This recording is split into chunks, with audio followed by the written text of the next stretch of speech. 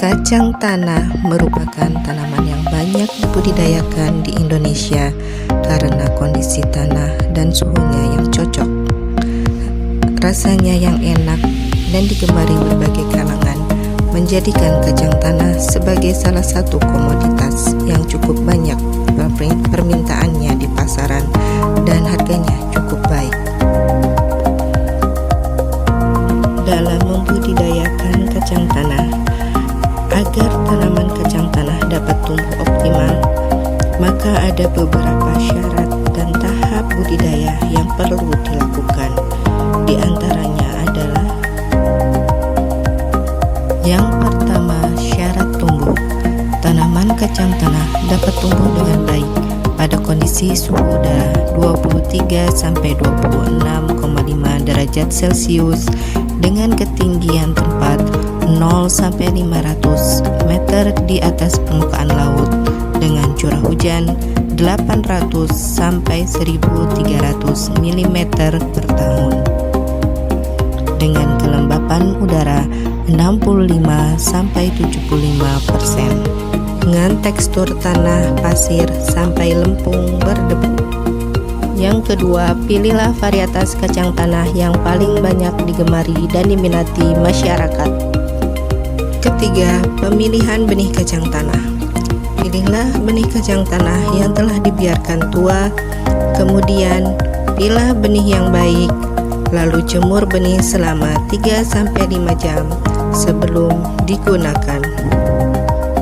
Kemudian kupas benih kacang tanah 2 atau 3 hari sebelum ditanam. Keempat, pengolahan lahan. Bersihkan lahan dari gulma dan sisa tanaman lainnya. Kemudian lahan yang telah bersih dibajak dan dicangkul. Lalu buatlah bedengan dan saluran air.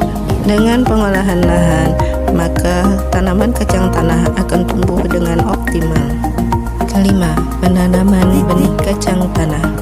Kacang tanah ditanam 1 biji per lubang dengan kedalaman sampai 5 cm.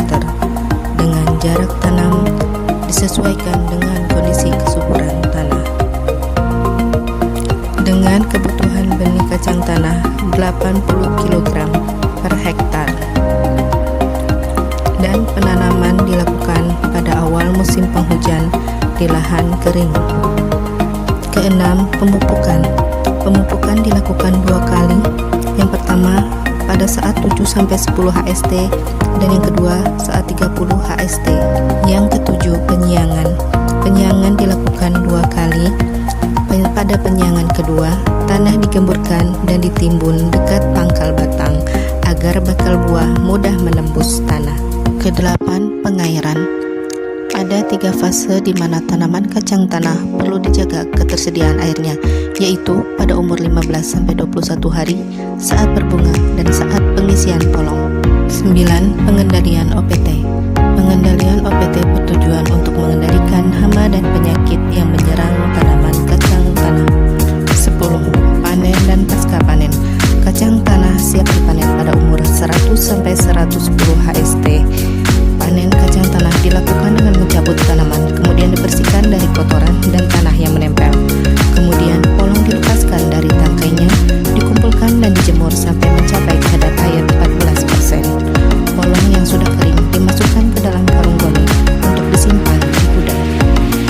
Demikian tadi uraian mengenai budidaya kacang tanah.